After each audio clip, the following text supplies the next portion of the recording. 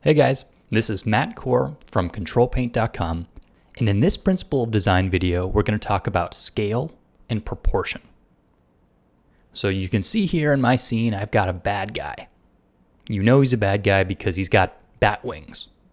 But how big is he? Well, it's hard to tell. And the reason it's hard to tell is because there's no reference objects to compare him against. So let's add in a bit of background.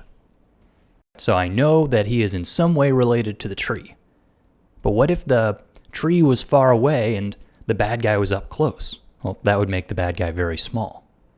Or maybe the bad guy's way in the distance and the tree is up close. Well, then that'd make him very big. So the first thing you can do is talk about overlapping. So if I have the bad guy in front of the tree, this tells you something about their spatial relations. You can tell that the bad guy is closer to you than the tree. But this still doesn't tell me how big the bad guy is. So now that you know how overlapping can help tell the viewer which is closer, let's really make this bad guy huge. And here's a way to do it. You can see that the orc is standing at the base of a tree, and that gives you a sense of scale. Maybe the orc is 6 feet tall. Well, then if you repeat an object that he's standing next to, making sure to have it behind the other objects, and then shrink it down, the viewer begins to understand that this is the same tree, but in the distance. We'll do it one more time, making sure it's sitting behind the objects, and on, just like telephone poles looking down a street.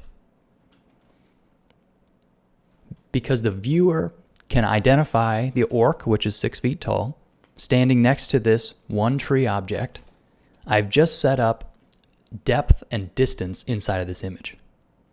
So if you were to take this character here and shrink him down, next to the very furthest tree, he would be very small.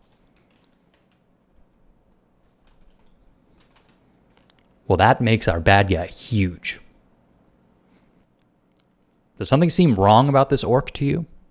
Does he look a little bit like those bobblehead sports figurines?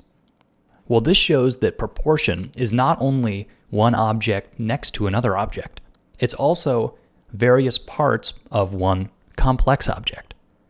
So the size of this head relative to his body matters.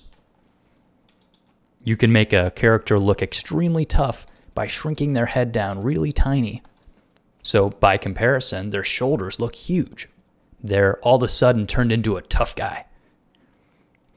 In a lot of cases, the proportional size relationships between different parts of the face or different limbs on the body will either make or break an image. And sometimes you might want to exaggerate something for the sense of style.